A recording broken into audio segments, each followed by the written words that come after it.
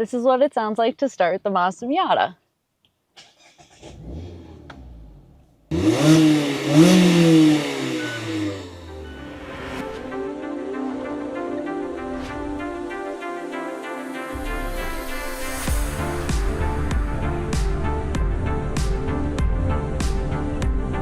Hi everyone, my name is Amanda Cline, and today we have the 2025 Mazda MX-5 Miata RF Club Edition. For 2025, there are a few different trim levels for the soft top and the RF, or the Retractable Fastback, including a 35th anniversary edition. And after 35 years, Mazda has really perfected the Miata formula. But if I were to give the Miata a Real Housewives tagline, it would be, if it ain't broke, don't fix it. So let's get into it.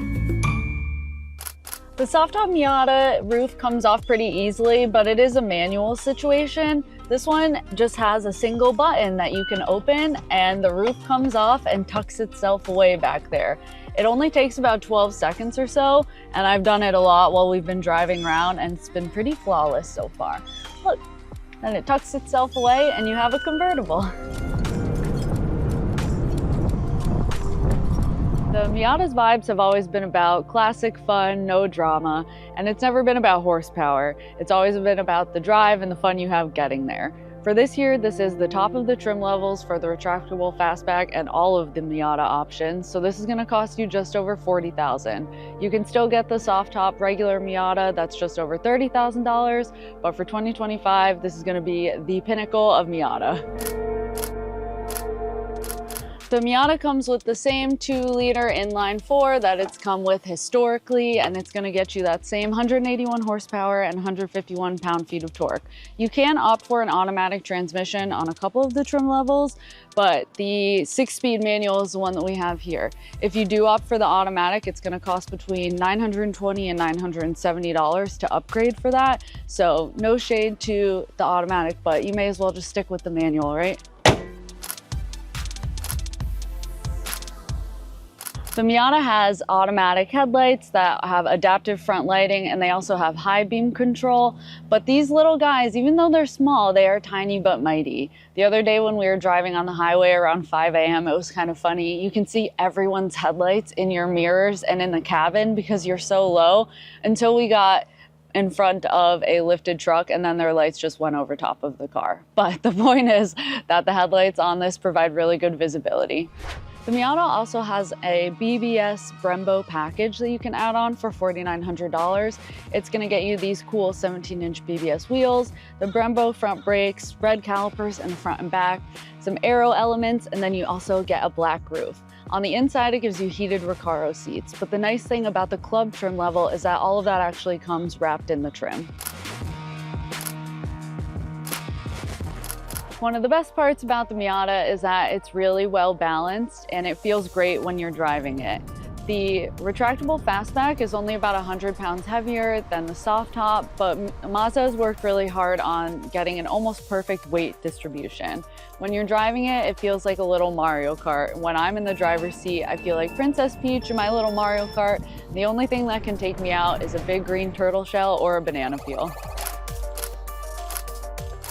Inside the Miata, you have a cool screen up here that is controlled by this dial here, but it does have touch elements. Your climate controls are going to be controlled by real dials. You have charging ports over here, and then you have your dashboard up here. It does have digital elements to it, and the safety systems that Mazda includes on the Miata are helpful to have without being intrusive. When we took it on a drive yesterday, it was nice to know when there was a car coming up behind me or it was on my bumper.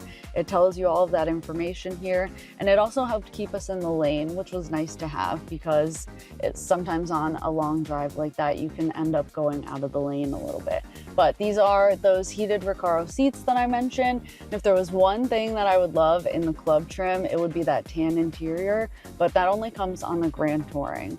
Otherwise, the interior of the Miata is classic, it's simple, and it gets the job done. But now we have to take it for a drive.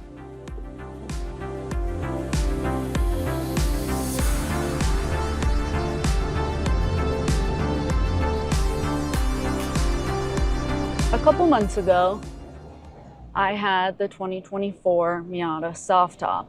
I really like the soft top. I thought it was really fun. It's super cheap, but I think that I like this retractable fastback a little more. The cabin is quieter when the roof is up, and the soft top, you have to put the top down manually, which is fine, but this one has a nice little button and it kind of does it for you. So that's really nice to have. And it's honestly a lot quieter in here with the hard top on it, which doesn't make that much of a difference, but if this is going to be your daily driver and you're making a lot of phone calls and stuff of that nature, it's nice to have that quieter environment in here. You do lose ½ an inch of headspace with that, which is something to be aware of. And then you lose a tiny bit of cargo space because that's where the roof goes. Which again isn't really a big deal, but it's just something to be aware of. My photographer is about 6'3", and he is just barely fitting in this bad boy. And I think that these days with sports cars, it can be so easy to equate having a fun car with high horsepower, having a sports car with a $200,000 price tag. You need a Ferrari to have a fun car. But I think that vehicles like the Miata and the BRZ and the GR86 are breaking that mold every day because they're all under $50,000, even under $40,000, and they are still very much a fun ride. When you do the math, you have 181 horsepower and it's $40,000. So you're paying like $220 for every horsepower, which is really good. And then if you take that into consideration with the $30,000 one, I think you're only paying like $165 per horsepower, which honestly is crazy. I think that sometimes you're supposed to just have your boring SUV. You're supposed to give up your fun sports car and just drive your sad little commute to work in your boring SUV, and that's it. But the Miata gives you a unique opportunity to be able to do both. Because you can still find a Miata, a used Miata for super cheap, but $30,000? I don't know. I feel like that's a magical unicorn that we need to hold on to as long as possible. You had $30,000, manual transmission, convertible.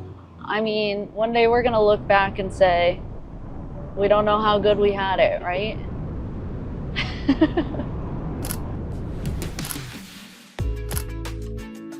You really can't beat the Miata on how much fun it is to drive and how cheap it is. This is the 2025 RF, but if you want to watch our review on the 2024 soft top Miata, I'll leave a link in the description. Feel free to subscribe. If you have any comments, go ahead and leave one and I'll get back to you. My name is Amanda Cline. Thank you for watching our review on the 2025 Miata.